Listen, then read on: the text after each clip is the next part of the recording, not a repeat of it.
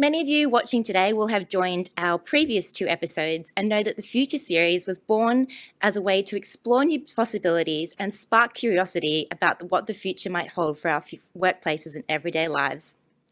Today, our final episode of the Future series is all about technology in Overdrive. Most of us could admit that technology plays a crucial part from the moment we wake up to the moment we go to sleep. We've heard in our People and Culture session and also consumer experience sessions, it's a huge enabler to really shifting curves. We're really excited to be joined by our panel today, Anna Jepson, General Manager of Strategy and Performance of Digital Operations and Technology at CommBank, and Shara Evans, leading Futurist and founder and CEO of Market Clarity, where they will dig a little deeper into the world of technology and explore how some of these emerging technologies are going to change our lives. And now to hand over to our panel and see what the future holds. Thanks, Ginny. Wow, COVID, what a year we have all been having. And it's been a really worrying time for many of our customers as well. On a positive side, though, we're seeing technology really help people move forward from that. And certainly at the Commonwealth Bank, there are a lot of things that we have done differently this year in order to support our customers. A couple of things that we have done, for instance, when the home loan deferrals was announced by the government, within 48 hours, we had an online form to support our customers, which at least 80% of people wanting to defer their home loan took up. That's something that would normally have taken 6 months. So certainly technology is really helping us accelerate to support and care for our customers. Shara, it's great to have you here with us today. I know that there's a lot of things that you have seen and observed from a technology perspective. And let's maybe start from a home and an office perspective in terms of things have changed for all of us. What are you seeing from an emerging technology perspective that has lasted and will last throughout this time? Well, we are on what many of us are calling a corona coaster. It's just going back and forth like a roller coaster, and the screams are not screams of joy, they're screams of ah! Technology has been accelerating at a pace that many people couldn't even imagine at the end of 2019. We have literally seen 5 years of digital technology acceleration in about 5 to 7 months. Wow. One of the biggest trends, and I think you'll agree with this, Anna, is that remote working is part of everyday life for almost every kind of business imaginable, and I'm sure it is with CommBank as well. And for a lot of us, we are absolutely reliant on having good internet connections and having the right kind of equipment set up in our homes. But because this has happened to us so quickly, it's really accelerated this trend towards working from home in a way that many people were not necessarily prepared for, because they might be working off of their dining room tables and using their own laptops that are shared by the family. But as we start going further along this ride, unless we come up with a foolproof vaccine or cure for this coronavirus, working from home may be going on and off in waves for a long time. And that means that from a business perspective, or even just as a self-employed business owner, you need to make sure that you've got really good ergonomics in your home office. You need to make sure that you've got a big screen that you're working from, because you're much more productive when you're working on a big 34-inch monitor instead of a little 13-inch laptop. You need to have really high-speed, reliable bandwidth connections. You need to have a really good mobile signal, so we're probably going to see the acceleration of 5G. Faster than we might have anticipated otherwise. But as this continues, and especially if a lot of companies have people working remotely, I think we're also going to start seeing companies needing to step up and help support their staff working from home in different ways. Part of it might be having IT help desks that ensure that they've got the proper security, VPNs and firewalls and equipment set up at home, that they have dedicated laptops so that they're not using a family computer, that they've got the big screen, that they've got ergonomic furniture, and all the things that come along with being really, really productive. So that's first thing. And we might also see, because all of these gadgets use up space in someone's home and they use electricity, so there's real cost involved. Mm-hmm. If someone is working from home on a regular basis, we might see that companies start to pay people a stipend to support that home office that they're working from. Yeah, and what are you seeing the benefits for working from home? Because I think it's a big change that has happened very rapidly, and certainly regardless of a vaccine, it's a great choice for people to have. Yeah. Oh, look, it's given people so much flexibility, but what it's also accelerated is the fact that companies can trust their staff to do the right thing, even if they're not being watched in an office cubicle, during the workday. People will do the right thing, but having that flexibility to be able to look after your kid that might also be at home or take care of something else that needs to be taken care of is part of work-life balance, and it means more flexible working hours, and that can be a real benefit. But on the other side, we're social creatures, and especially if you're single and you're working from home, it can actually be a bit isolating unless you're doing regular video conferencing with people. So I think that's going to be an important part of working from home, is even if you can't physically be with someone, to be able to see and communicate with people on a regular basis. Oh, so important. Being the mum of a 16-month-old little boy with both sets of grandparents in the UK, I used to think they were technophobes, but both sets are now really good with FaceTime. So it's really changed our world, hasn't it? Oh, video conferencing is becoming the technology of 2020. It's become the boom industry.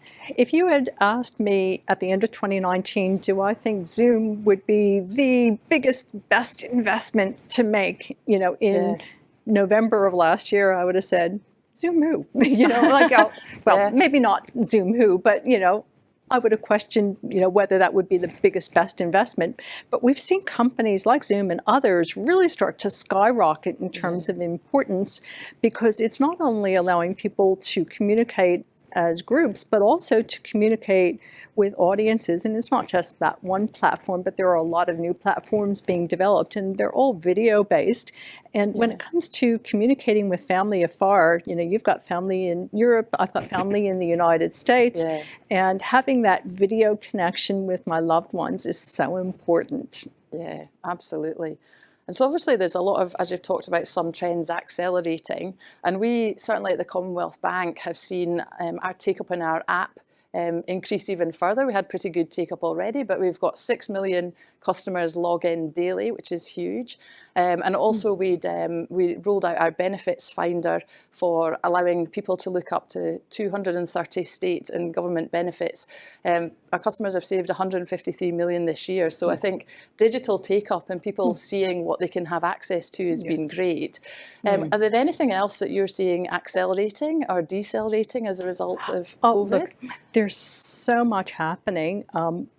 I'd love to talk a bit about artificial intelligence, and let's go into that a little bit later, but I'll talk first about an aspect of AI, which is the physical aspect, which is robots. And robots, my gosh, that sounds like science fiction, right? Who would have thought that robots would be the thing in 2020, just a few months ago? But what we're seeing are robots that are designed with ultraviolet light disinfectants that are literally able to use the power of the sunlight, which turns out to be the best virus killer there is, to sanitize a room. Now, obviously, you don't want to have people in the room while you've got big UV light happening. But if you can imagine a mobile robot going through a building and sanitizing every nook and cranny, ceiling and floor, top to bottom, that's become a really big trend. And there's also another really new one that I'm seeing, and these are mobile UV disinfectant doors. I'm starting to see a number of manufacturers come out with these, so that as you enter a building, you're actually getting disinfected all the way from the bottom of your shoes to the top of your head.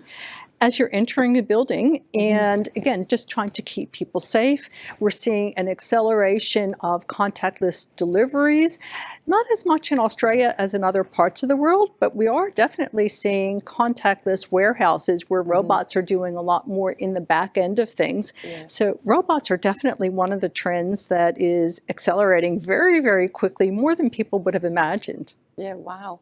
And you touched on AI, and I think one of the real eye-openers for me in terms of what the digital ops technology team did during COVID was around supporting our contact centre. So COVID hit, volumes increased 800%. We've got our SEBA virtual assistant, and we were mining the data intra-daily and updating the vocabulary so that we could actually help people digitally who needed digital help, which took a lot of the weight off the call centre so that they could actually help the people who really needed to talk to someone. And it was just phenomenal how we managed to double our capability to help people overnight, because you can imagine that was like the huge amount of customers that needed our support at that time. How have you seen AI and that progressing? Anna, you are so on trend with SEBA. It's part of a larger aspect of AI that I call chatbots. So as I understand it, SEBA right now is text-based, where people type in a query and SEBA will answer them and maybe hand off to a human operator if it doesn't know a particular answer to a question.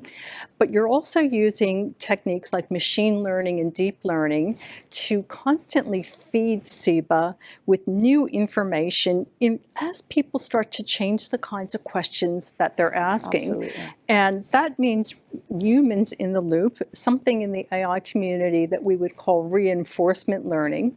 And that's really important because when you have a chatbot, whether it be SEBA or others that I'll describe in a moment, you need to make sure that they're actually responding in a way that you want them to respond, and you want them to do so in an empathetic manner as well, and make sure that they're representing your brand in a way that is in a very positive light. So important. And another really great example of a chatbot that I'll share with your audience that I happen to like is based out of the UK. It was rolled out well before COVID and supported by the National Health System there. This one happens to be voice-based, so it's really easy to use because you're just talking to it. It's called Babylon, and it's helping with first-level medical triage. So instead of waiting a couple of weeks to get a doctor's appointment or maybe going to an emergency ward for something that's not really an emergency, you can use this app to literally describe the kinds of symptoms that you have and get medical-level GP type of knowledge going back and forth in response to your questions. And the app is designed, again, with humans in the loop monitoring what's going on, and it will hand you off and say, you need to see a GP, you need to go to an emergency ward, or get a human operator involved. But it could also give you really easy advice, like go to the chemist and pick up some aspirin, that'll help out, you know. And that takes some of the pressure off of the queue of people getting treatment in a very rapid manner.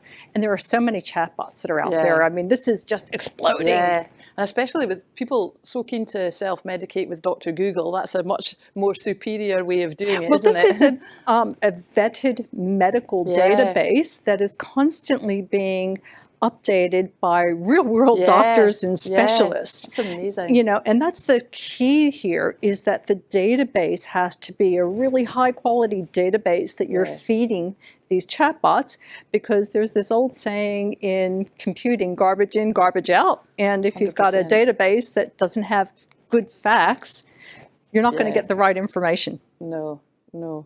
And so are there anything that you have seen decelerating as a result of COVID?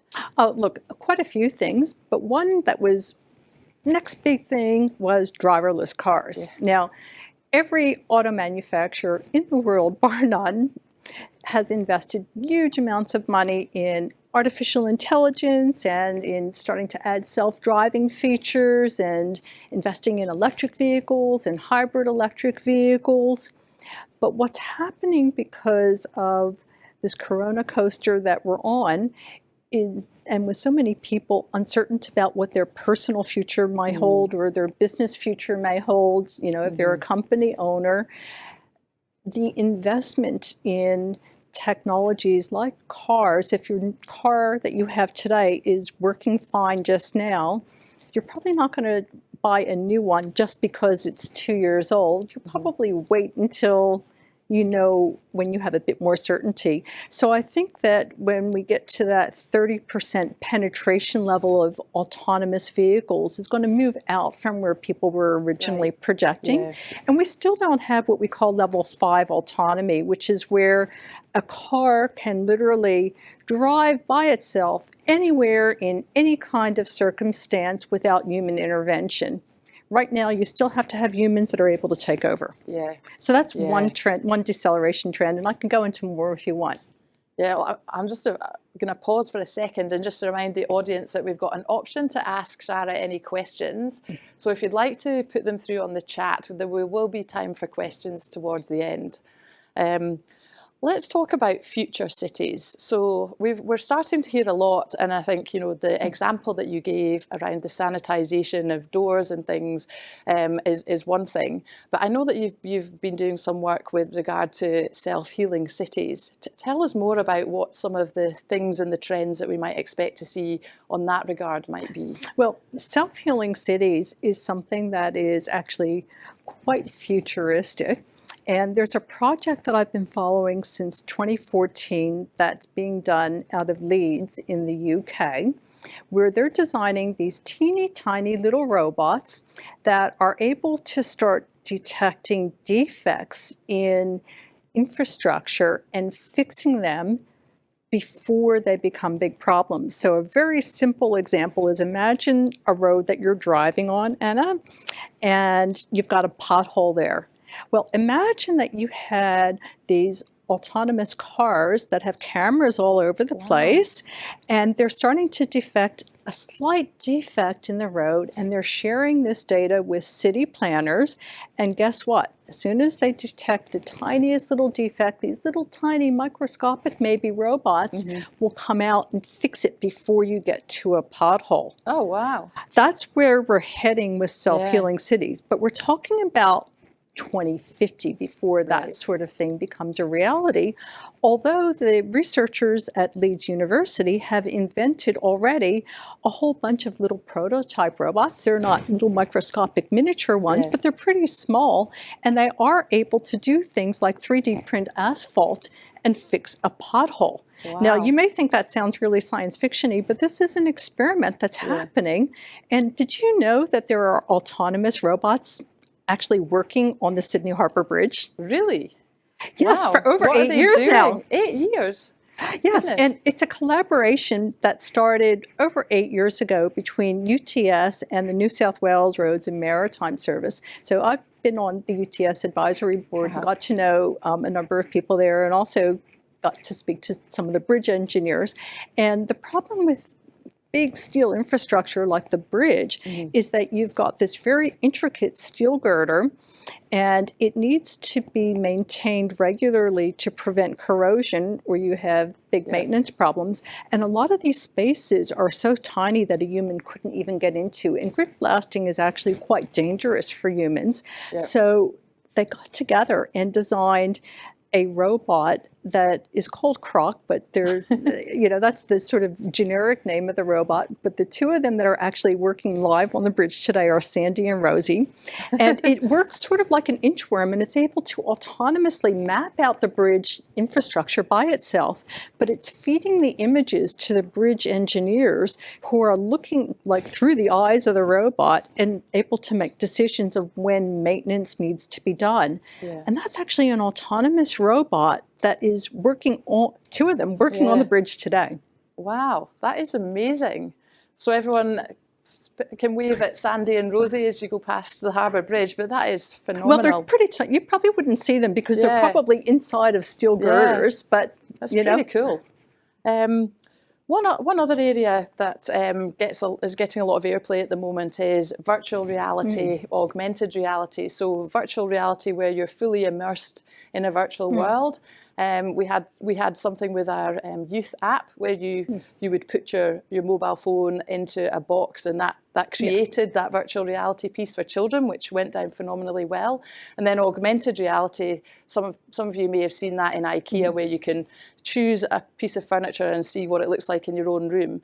That's happening exponentially now around the world, isn't it? I know it's something you're familiar with. It's been happening for a number of years, but again, because we now have this corona coaster world that we're living in, and we need to be socially distanced, it's becoming increasingly important. So with virtual reality, there are certainly headsets where you can just use your own smartphone and use that as the VR station, but there are other dedicated, more clunky headsets that you can buy. They're a lot more expensive, that give you a much more immersive experience and allow you to actually control things like scientific instruments remotely. So if I think about some of the mining operations that are happening in Perth, and also in Sweden and some other places, you might have people in virtual reality headsets controlling gigantic robots. Wow. Through virtual reality and something that I would call telepresence, and also using haptics, which is the sense of touch, to be able to control things in the real world. But back to you and I for how we might use augmented reality.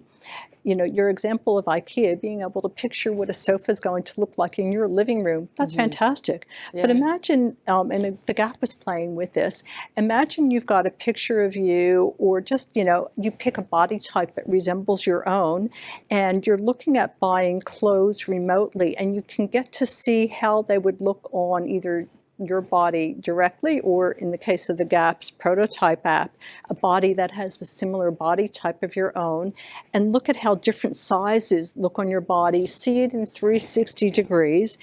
It gives you a lot more information than just looking at a flat web page picture and trying to figure out, well, how's that going to actually fit on me, you know, or somebody my size, or something like the Deluxe color painting app, where you're literally trying to see how something might match in your house, or virtual reality 3D home inspections. Because again, if you're in lockdown and you want to buy a property, how are you going to do it? Do you really, if you're selling your house, do you really want a whole bunch of people tromping through your house while we're in the middle of a pandemic? Probably not. So there are a lot of really good uses for these kinds of technologies. Yeah, absolutely. Particularly with the trend of people moving away from cities, that's helpful as well, isn't it? I've seen that we've got a question come through from the audience.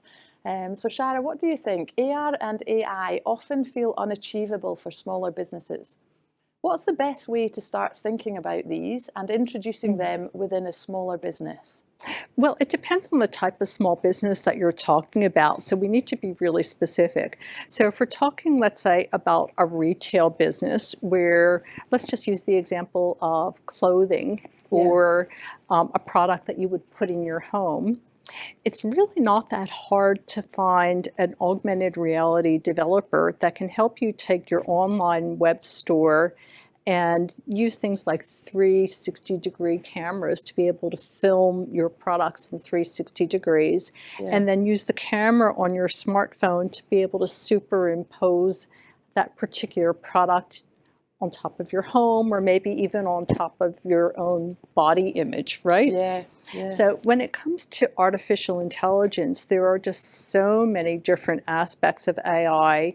You know, we've talked about chatbots, but there's also virtual digital assistants. There's all kinds of data analysis. Of course, there's robots. There's natural language processing. There are so many different aspects, so I'll just have to pick one. Let's say you're a business and you've got huge data sets and you're trying to derive insights from these massive volumes of data. There are actually some companies out there that are selling AI products that either have free trials or free introductory packages that allow you to input a certain amount of data and start playing around with different aspects of AI. And that can include image recognition, facial recognition, a whole bunch of different things. Yeah. Oh, wow. That's really good. I think we had another question come through. However, the screen's just moved off of the question page just a second. Do you expect that the trend toward mobile technologies will continue, or will this be replaced with new technologies? Well, certainly mobile technologies are here to stay, but as we move further and further out into the future, what we may see as a replacement for mobile phones are smart contacts. So these are contact lenses that you'll be able to take in and out that have all the functionality of your mobile phone, but using augmented reality. So if you can imagine, the projection that you would see would be like a monitor out in front of you, like let's say at this kind of distance, and be able to pick up your gestures. Wow. So that, if you touch this, it would be like touching an app on your phone. But even more interesting, and this is the part that they're having some difficulties with in terms of rolling out, is including biotech applications as well. So imagine you had these smart contacts in your eyes, and it was able to sense out of the tear ducts the fact that you've got glaucoma starting to happen in your eyes, or detect your insulin levels and give you a message that flashes out in front of you, it's time to take your insulin shot, or maybe even deliver drugs directly. These are things that are on the drawing board. They're moving out. The biotech stuff keeps moving out and out and out, but that's actually the next generation of augmented reality, where you're not wearing glasses, where you actually just have the contacts right in your eyes. Yeah, wow, that is fascinating.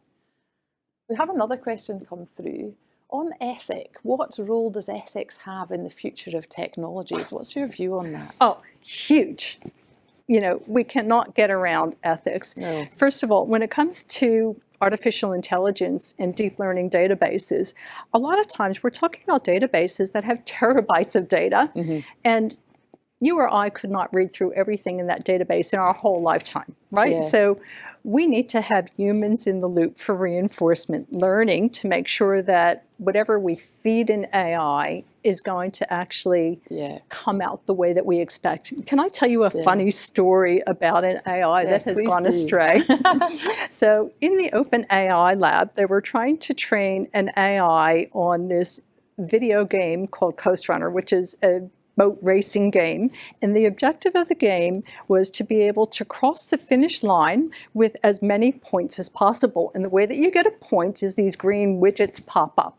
Well, the AI decided that it wanted to collect as many points as it could before crossing the finish line and became ultra competitive. It was running into other boats, going around in circles, crashing into walls, and sometimes blowing up and doing everything except crossing the finish line because it wanted to get as many points as possible. And researchers needed to use reinforcement learning to be able to help it get past that ultra competitive bit of crashing into walls and actually cross the finish line. Yeah, wow. It's funny, it can be dangerous, can't it, in different arenas when it goes wrong? Well, obviously that's a video game, so it's not dangerous, but you wouldn't want to have a lethal autonomous weapon do something like that. Absolutely not. One topical question that's coming through, and everyone's obviously seen recently, Kim Kardashian had a hologram of her late father for her birthday. We've got a question come through about the future of holograms. How do you see holograms playing a part in our future? Well, that's interesting because there's, if you like, a spectrum of mixed and digital reality that starts with augmented reality, where you get this digital world superimposed on the real world, and then you get virtual reality where you're completely immersed in a digital world, and then a hologram, which is, if you like, a pop-up digital image where you're not wearing glasses or anything else. And if you remember in Star Wars, in the original, very first one, you had Princess Leia pop up and she was, sort of fritzing in and out. That's a poor quality hologram, right? To get a really high quality hologram that looks like a real person, you need very, very high bandwidth because it is very bandwidth intensive, even if compressed at the best compression rates that we know today. But where it could go is, let's say we're in an office like this, where you've got internal gigabit, multi-gigabit per second wiring, you could easily have a hologram pop up and do things like virtual training for a gym class, or if you had even decent quality bandwidth at home, imagine having your mom in Europe or my mom from the US pop up in my living room next to me, even if it's a little bit fritzy, and mom and I are sitting down and having a virtual coffee together and giving each other virtual hugs in a hologram. How special would that be? Yeah. I think certainly in these times where we can't actually see people and we don't know when we can, it would be Or touch nice. each other. Yeah, absolutely. What technologies are you most excited about for the future, Shara? Oh, look, there are so many on the horizon. You know, with every technology, though, there's always, good and bad with a technology. If deployed ethically and correctly, it can benefit humanity in so many different ways. But if deployed in a way where security and privacy isn't built in by design, we could have some very unintended consequences. I'm actually very excited about the potential of artificial intelligence to help us in a lot of ways, and also robotics, which is a subset of AI, especially in these times when we need to be so careful of the things that we touch and we do.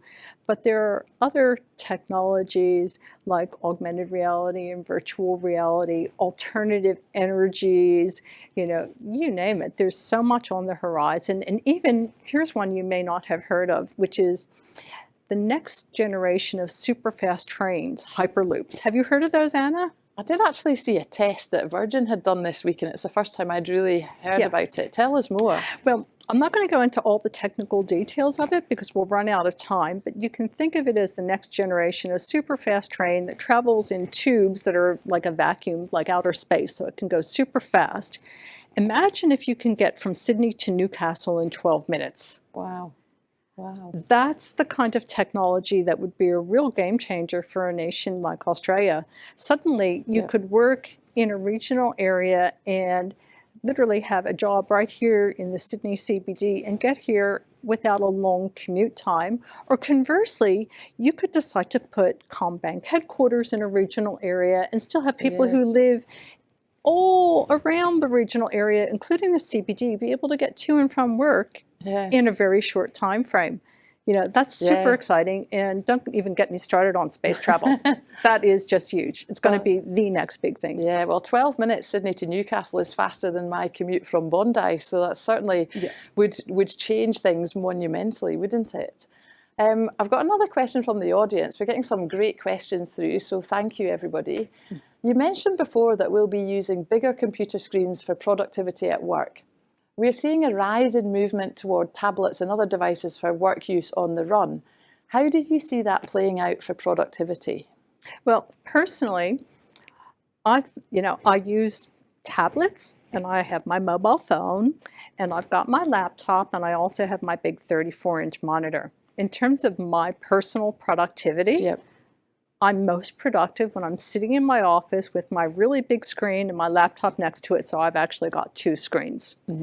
If I'm out on the run, and let's say I have a choice between my mobile phone or my tablet, I'd prefer to use the tablet because I've got a bigger screen and I can see more. So for me, it's about the amount of real estate that I have to be able to view the information that I'm being shown, or to be able to have multiple applications open at the same time and easily switch back and forth between them. But mobility is so important because, let's face it, if we're not in lockdown and stuck in our homes, we need to be able to get access to information as we're going to and from different places. Yeah, wow. If there's one piece of advice that you could give our listeners for their businesses, one thing in terms of making the best out of technology currently, is there anything in particular that springs to mind? Obviously, we've talked about a lot of things just now. Number one, I would say, always be aware of the security aspects of any app or technology that you're using. Be sure that it's actually come from a reliable developer and that appropriate security measures are in place, and that you're not giving information that could make you vulnerable to identity theft. So privacy and security are, in my view, something that is often overlooked, but is really, really important from both a business perspective and also a personal safety perspective. Yeah. And look, there are so many new technologies out there that it's really worthwhile to think about what other businesses in your industry are doing, and also look at what businesses in other industries are doing and how they're deploying technology, and see if it can actually translate to something that you're doing in your business, perhaps in a different way. Yeah. When I'm doing my keynote speeches, I speak to a lot of different vertical industries, and a lot of times I'll use examples from a different industry and show how another industry is using a technology, and then describe to them how that same technology can be used in their industry to benefit them today. Wow, that's super important, isn't it? Yeah, and it's that translation between, a technology in an industry. It's not just limited to that one thing. It can be used in lots of different ways. Yeah, wow. And so you've done so many keynote speeches, and you regularly speak to businesses and people. What do you find people are most interested in from a future technology perspective? Look, it depends a lot on who my audience is and what the objective of any given event is. So sometimes I might be talking to a group of cybersecurity experts, as my audience, and they want to know from me where the next future threats are going to be. I might be talking to an association of attorneys, and they want to understand what that means for their profession. So my speeches tend to be very, very highly customized to whoever is in my audience, and they all have different things that they want to know. But in general, they want to know, how can I make money out of technology? How can I save money out of technology? And what are the threats and risks, and how do I avoid them? Yeah, absolutely. That's so important.